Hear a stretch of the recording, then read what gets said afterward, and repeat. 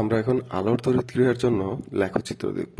কার কার লেখচিত্র দেখব? একটা দেখব ই কে বনাম ই, মানে গতিশক্তি বনাম প্রদত্ত আপতিত শক্তির লেখচিত্র। আর একটা দেখব ই কে বনাম নিউ। নিউ মানে কি? কম্পাঙ্কের জন্য। তো আমরা সবার প্রথমে যদি দেখি যে ই কে বনাম ইতে কি হবে, আমরা আলোর তড়িৎক্রিয়ার জন্য একটা সমীকরণ জানি যে যে পরিমাণ গতিশক্তি প্রাপ্ত হবে আমাদের, ঠিক আছে, ইলেকট্রন, এই গতিশক্তির মান কত হবে? ই মাইনাস ফাই। তার মানে আপতিত আলোর শক্তি, ঠিক আছে, মাইনাস কত? ফাই। ফাই মানে কত? এই যে কার্যাপেক্ষক। তার মানে একটা নির্দিষ্ট পরিমাণ শক্তি যদি প্রাপ্ত হয়, তারপরেই কিন্তু ইলেকট্রন কি হবে? গতিশীল হবে। তাহলে আমরা দেখতেছি যে সবার প্রথমে যখন আমরা শক্তি প্রয়োগ করা শুরু করবো, আমরা কোনো গতিশক্তি পাবো না। একটা নির্দিষ্ট পরিমাণ শক্তি ফাই, এটা যদি প্রাপ্ত হয়, প্রাপ্ত হওয়ার পরে তারপর যদি আমরা হলে যে শক্তির মান বাড়াই, ধীরে ধীরে আমাদের কি হবে? ইলেকট্রন গতিশীল হওয়া শুরু হবে। তার মানে লেখচিত্রটা হবে এইরকম, ঠিক আছে।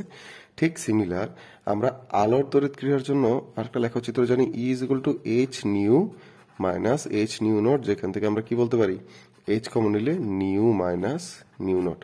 অর্থাৎ এখানেও আমরা কি দিলে, আলো দিলে সাথে সাথে এখান থেকে কি পাবো না? ইলেকট্রনের গতিশক্তি পাবো না। একটা নির্দিষ্ট পরিমাণ বিভব অতিক্রম করার পরে, যেটাকে আমরা বলি শোচন, একটা নির্দিষ্ট পরিমাণ কম্পাঙ্ক অতিক্রম করার পরে, যেটাকে আমরা বলি শোচন কম্পাঙ্ক, তারপর যদি আমরা কম্পাঙ্ক বাড়াই, তাহলে ধীরে ধীরে কি হবে? গতিশক্তির মান বৃদ্ধি পাবে। তাহলে আমরা বলতে পারি আলোর তড়িৎক্রিয়ার জন্য এই দুইটা লেখচিত্রই পাওয়া যায়, যেগুলো এমসিকিউতে খুব বেশি আসে।